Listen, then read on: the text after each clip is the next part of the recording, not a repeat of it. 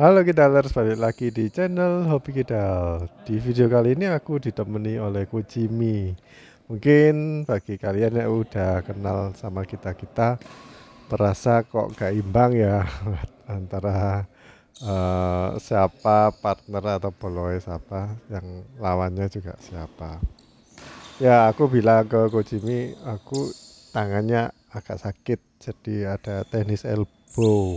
Terus Kojimi terserah gak apa-apa mau siapa lawan siapa, dia kan cuman mau ya cuman mau menggenapi, soalnya yang datang cuman dikit.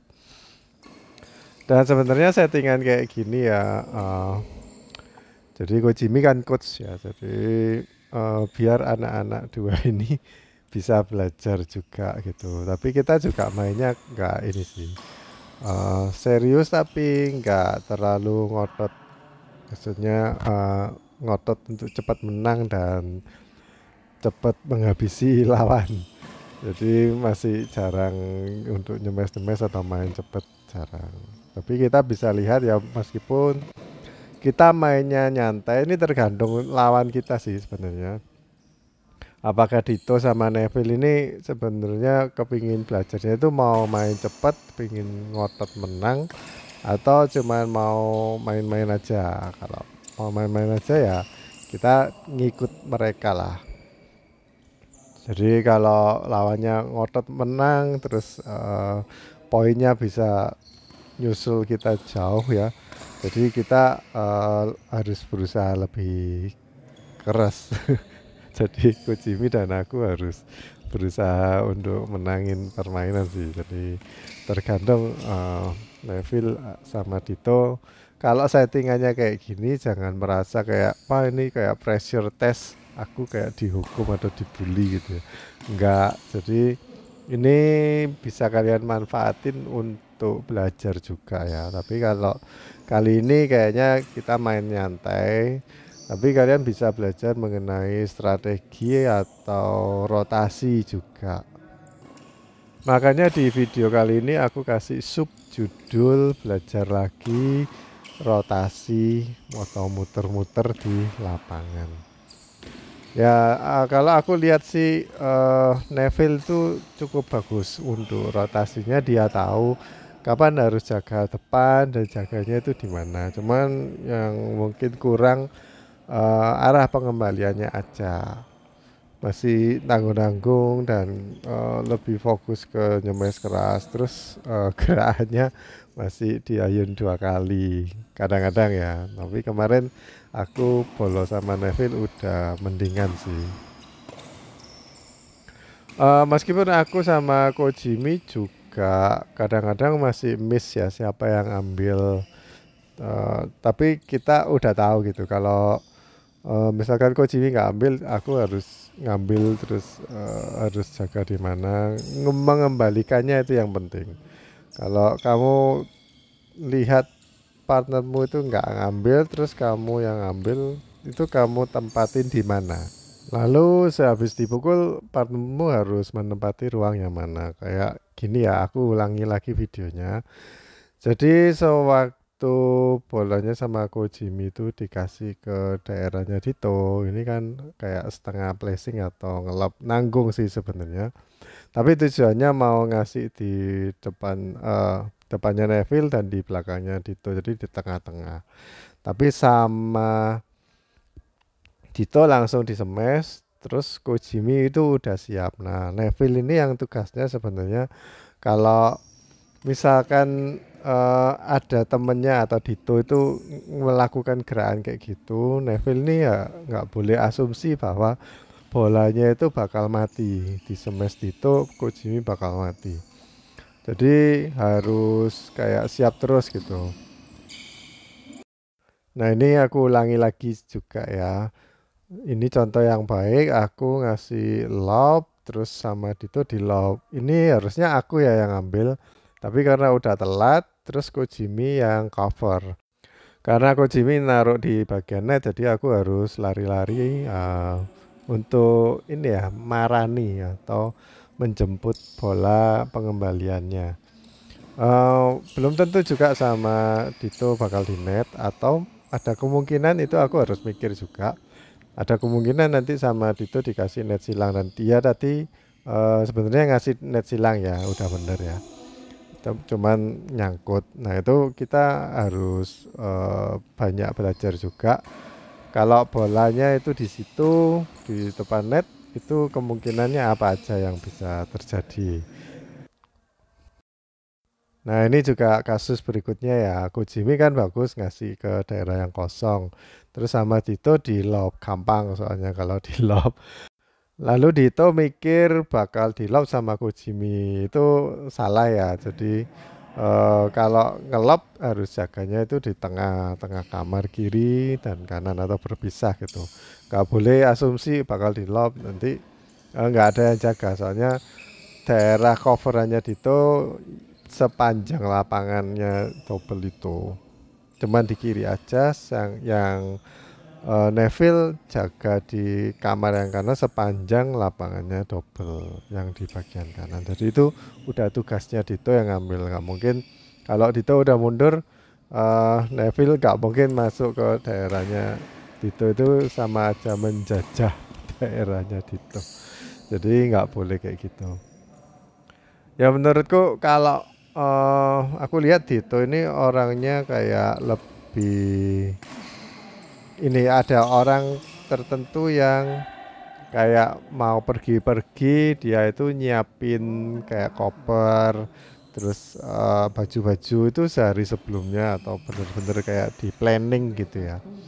Ada orang-orang yang kayak gitu, dan ada juga orang yang, oh, aku mau pergi, oh nanti aja 5 menit sebelum aku pergi aku baru siap-siap. Itu ada ya orang yang kayak gitu. Nah kadang-kadang itu juga pengaruh dengan cara kita badminton ya. Ya mungkin nggak terlalu banyak, tapi sifat atau kebiasaan itu, kalau aku lihat ya Dito orangnya lebih banyak ke planning.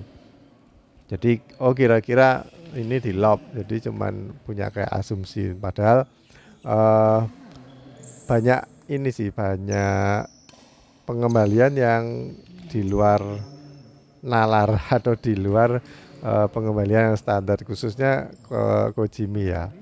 Kalau aku biasanya kalau lawan Kojimi itu nggak boleh ngandalin asumsiku.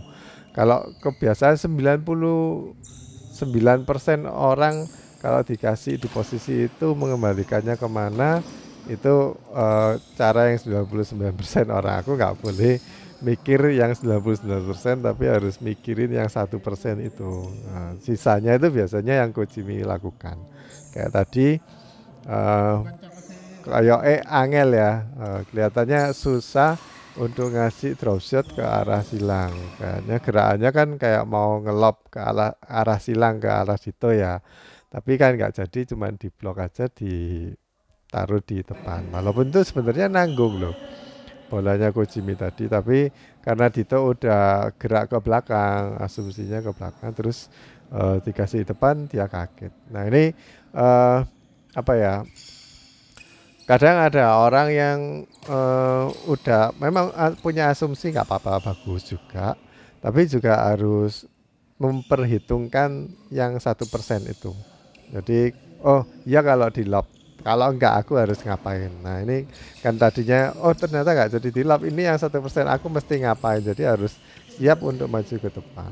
Nah itu kalau kita itu setiap kali ngangkat bola, memang benar posisinya kiri kanan, itu kita jaga jangan cuman berasumsi oh aku mau cepat-cepat atau siap-siap ke belakang, soalnya nanti kalau dikasih lob aku lebih gampang, lebih cepat ngambilnya. Tapi ada kemungkinan lain kan di net, jadi kita nggak boleh kayak gitu, tetap harus di posisi netral atau di tengah.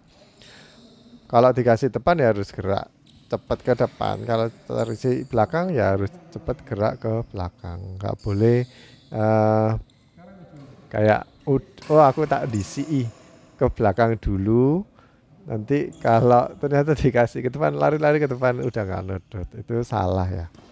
Kadang-kadang asumsi kita itu kayak gitu dan itu menyebabkan masalah bukan cuman buat kita sendiri tapi juga partner kita.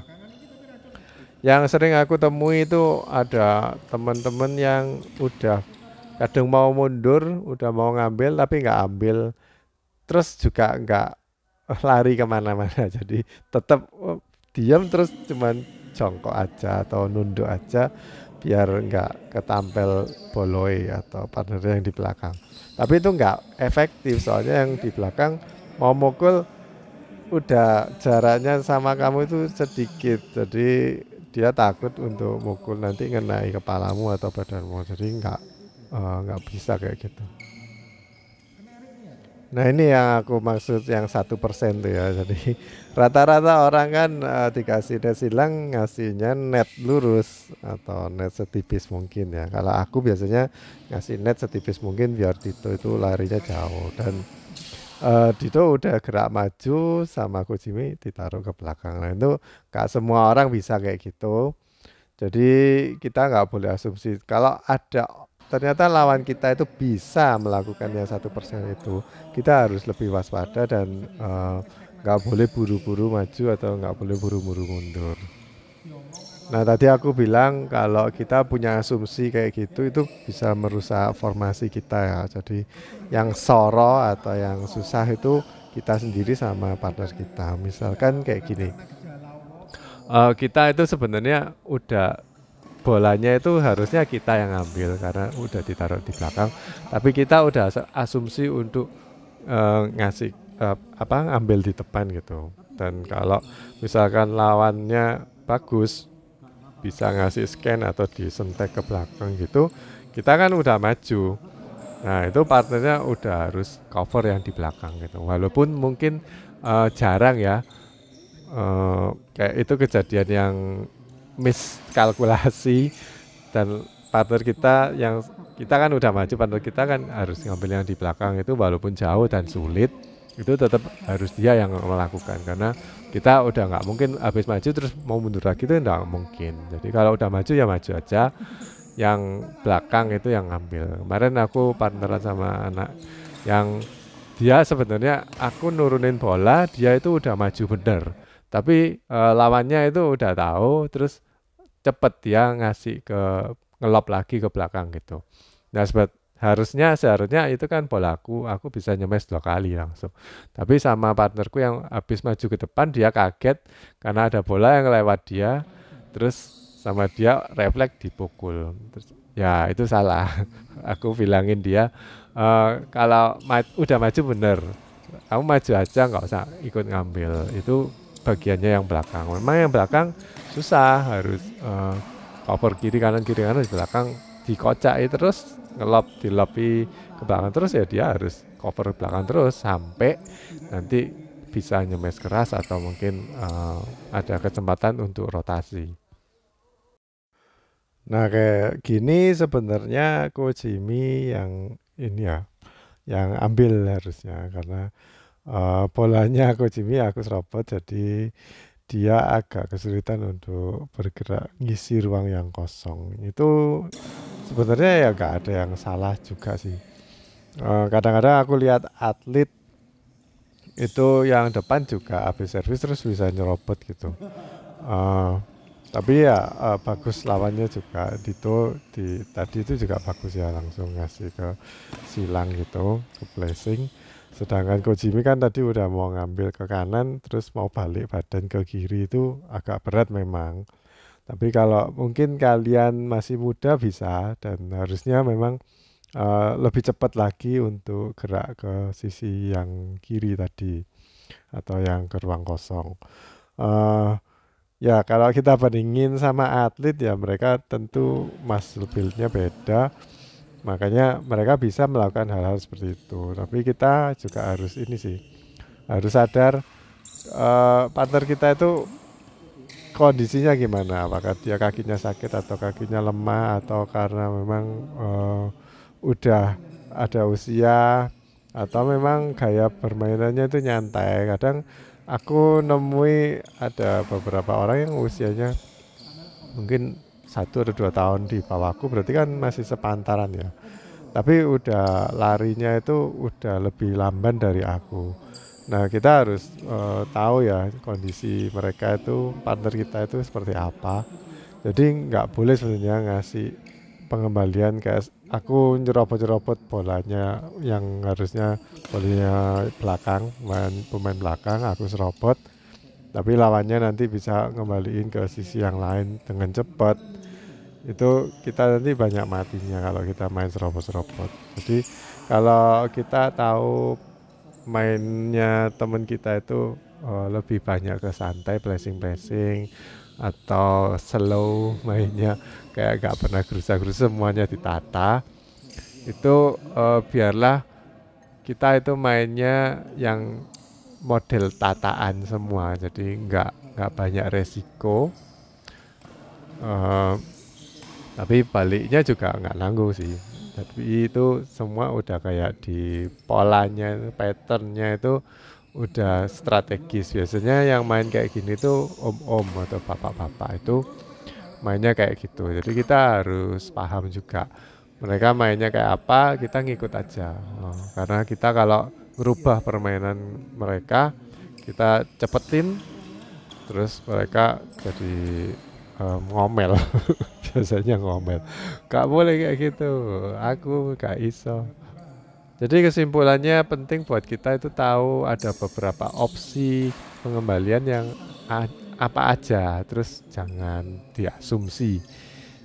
Kalau bila perlu yang 1% itu kalau memang digunakan oleh lawan, ya kita harus bisa mengambil bolanya. Bayangkan kamu itu main sama pemain nomor 1 dunia, ya kamu nggak bisa berharap mereka mainnya biasa-biasa aja, pasti mainnya itu bagus banget. Jadi buat kita lawan siapapun kalian nggak boleh asumsi mainnya itu normal-normal aja. Oke guys, gitu aja video kali ini, semoga membantu. Bye bye.